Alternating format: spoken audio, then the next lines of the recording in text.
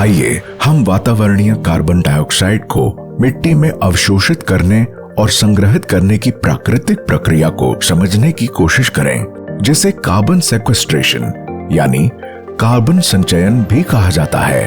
Carbon संचयन वायुमंडल, पौधों और मृदा के बीच एक निरंतर आदान प्रदान है।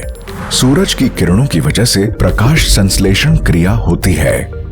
प्रकाश संश्लेषण के माध्यम से पौधे हवा से कार्बन डाइऑक्साइड अवशोषित करते हैं और कार्बन को अपने अंदर संचित करते हैं, ऑक्सीजन उत्सर्जित करते हैं। ये कार्बन पौधे में पत्तियां, डंठल और जड़ों के विकास में मदद करता है।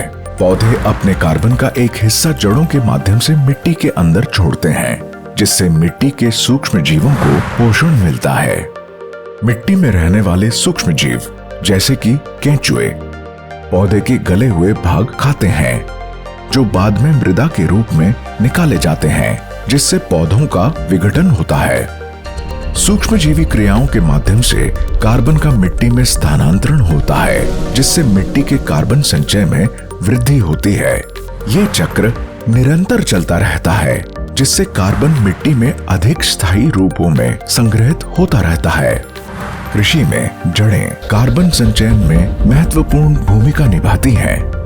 ये जड़ें वायुमंडल से अवशोषित कार्बन डाइऑक्साइड को मिट्टी में संचय करती हैं, जिससे मिट्टी में कार्बन स्तर बढ़ता है। उच्च कार्बन स्तर के अनेक लाभ हैं, जैसे पोषक तत्वों का संग्रह, जल संग्रह शक्ति में बढ़ोतरी तथा सूक्ष्म जीवों की सक्रियता। ये सभी मृदा स्वास्थ्य को बढ़ाने में मदद करते हैं।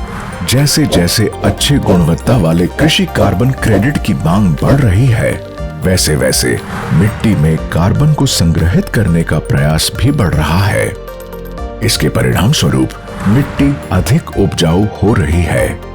जड़ों की मिट्टी में कार्बन संग्रहित करने की ताकत ही निरंतर कृषि उत्पादन का भविष्य है। निरंतर जीवित जड़ों का उपयोग करके हम कृषि के लिए एक स्थायी भविष्य की ओर बढ़ सकते हैं।